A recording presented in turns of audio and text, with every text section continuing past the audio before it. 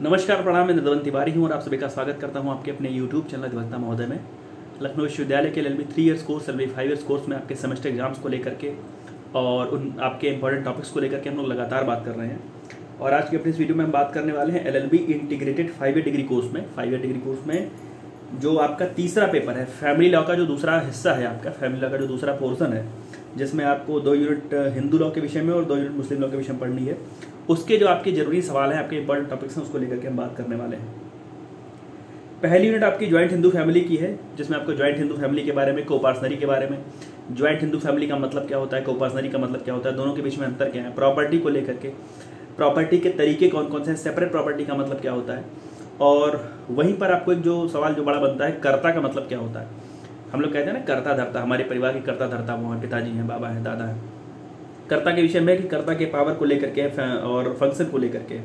Coparcenary को लेकर के थोड़ा सा जो ढेर सारे अमेंडमेंट होते रहे, चाहे वो सक्सेशन को लेकर के हो, चाहे वो कोपार्सनरी के बनने को लेकर के हो, क्या उसमें महिलाएं शामिल हो सकती हैं, क्या उसमें अविवाहित बच्ची शामिल हो सकती है, तो महिलाओं को लेकर के उसमें थोड़ी सी स्थिति जो है वो संशोधनों के कारण थोड़ी बहुत परिवर्तित होती रही है। बाकी वो थोड़ा सा पुराना कंसेप्ट है, सहदायिकी जिसको बोलते हैं।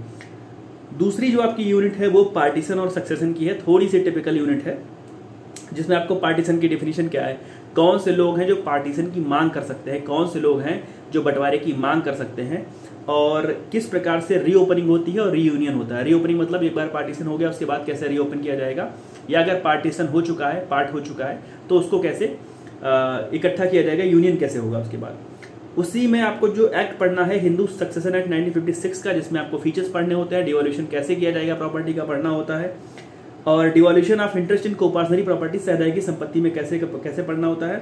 बिल्कुल सीधा सेक्शन आपको लिखा हुआ है कि सेक्शन 6 और सेक्शन 8 ही पढ़ना है, तो सेक्शन 6 और सेक्शन 8 पढ़ करके आप थोड़ा सा अपने को रिलैक्स कर सकते हैं, काम चला सकते हैं। जहां से सवाल बनता है, जो आपके लिए जरूरी चीज है कि जो लिस्ट दी हुई है, एक लिस्ट पहली लिस्ट है, लिस्ट फर्स्ट है और लिस्ट 2 है, दूसरी लिस्ट है शेड्यूल है, जिसमें आपको देखना होता है कि क्लास 1 और क्लास 2 में जो आपके ईयर्स शामिल है, कौन कौन से उत्तराधिकारी हैं, उसमें पत्नी, पत्नी का भाई, भाई का बेटा, ऐसे करके लंबी चौड़ी लिस्ट दी हुई है, जिसको आपको देखना है।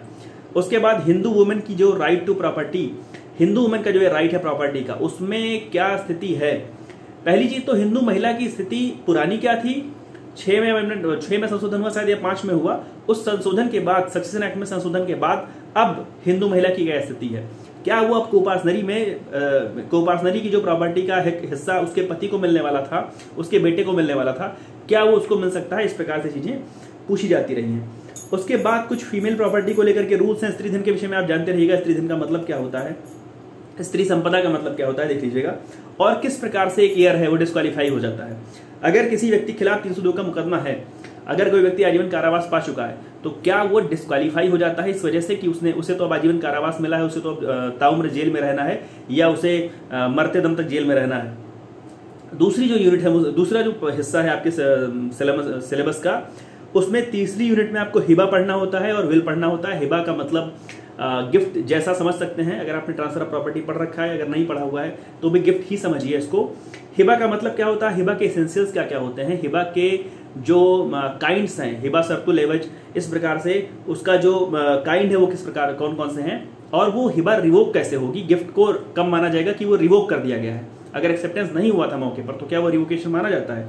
वही दूसरी चीज है, विल का मतलब क्या होता है, डेफिनेशन क्या है, विल के जो एसेंशियल कंडीशंस हैं वो क्या क्या है, और उसमें आपसे कभी कभी कुछ 2-3 चीजें पूछी जाती हैं कि क्या अगर इनके पक्ष में विल किया गया है, क्या अगर पूरी संपत्ति का, होल संपत्ति का, संपूर्ण संपत्ति का किसी मुस्लिम ने अपना विल कर दिया, वसीयत कर दिया, तो क्या वो वैध है।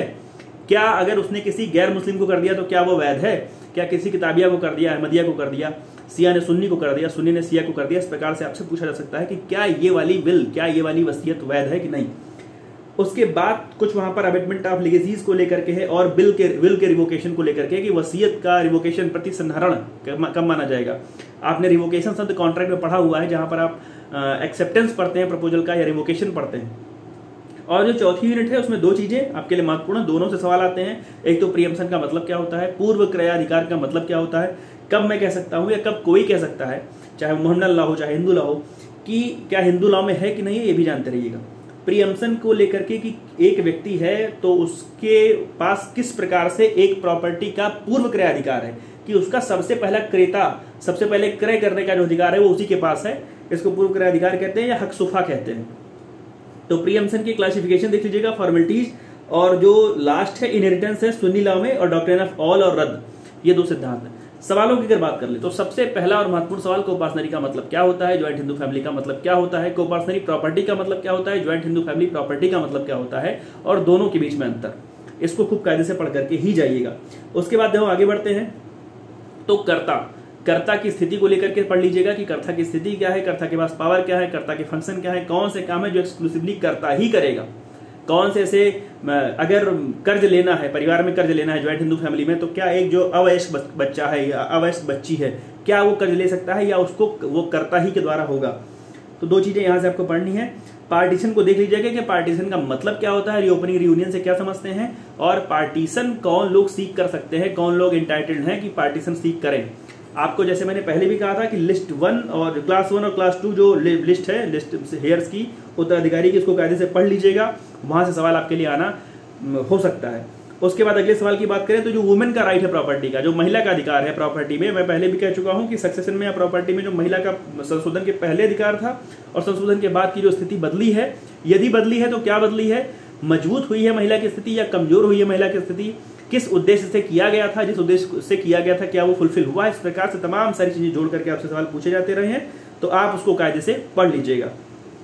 हिबा की अगर बात करें तो हिबा की जो पूरी लाइन है बिल्कुल सिंपल सा कि हिबा का डेफिनेशन क्या है, वैलिड हिबा के एसेंशियल्स क्या क्या है, जो वैध औपचारिकता कहें तो क्या क्या है, और एक हिबा रद्द कब माना जाएगा, कब माना जाएगा कि ये हिबा रिवोकेशन में चली गई, ये हिबा नहीं हो पाया, ये प्रचलन हो गया, उसको कायदे से पढ़ लीजिएगा।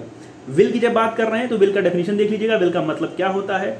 विल से जो सवाल आता रहा है उसमें काइंड्स पूछे गए हैं और वैलिड विल के काइंड्स पूछे गए हैं और एसेंशियल्स पूछे गए हैं। कभी कभी रिवोकेशन पूछा गया है, कभी कभी की स्थिति में। और बाकी मैंने जो चौथी यूनिट के दोनों टॉपिक हैं, दोनों से सवाल आते हैं। प्रीएम्पशन का मतलब क्या होता है, प्रीएम्पशन के क्लासिफिकेशन को पढ़ लीजिएगा, प्रीएम्पशन की फॉर्मेलिटीज को पढ़ लीजिएगा, और जो सुन्नी लॉ के अंतर्गत इनहेरिटेंस है, डॉक्ट्राइन, दोनों आपके लिए जरूरी है। इनहेरिटेंस का जो सुन्नी लॉ का भले मत पढ़िएगा, लेकिन डॉक्ट्राइन ए बी करके अक्सर पूछे जाते रहे हैं। कई बार वो बड़े सवाल के रूप में पूछे गए हैं, कई बार किसी सवाल के अंदर जोड़ करके ही पूछ लिए गए हैं, तो वो कायदे से आप पढ़ लीजिएगा, वहां से आपको सवाल मिलने संभावित हैं। तो ढेर सारी शुभकामनाएं आपको इस पेपर के लिए। आपके अगले पेपर को लेकर के मैं जल्दी उपस्थित हो जाऊंगा, तब तक जुड़े रहिए मेरे साथ। धन्यवाद, प्रणाम।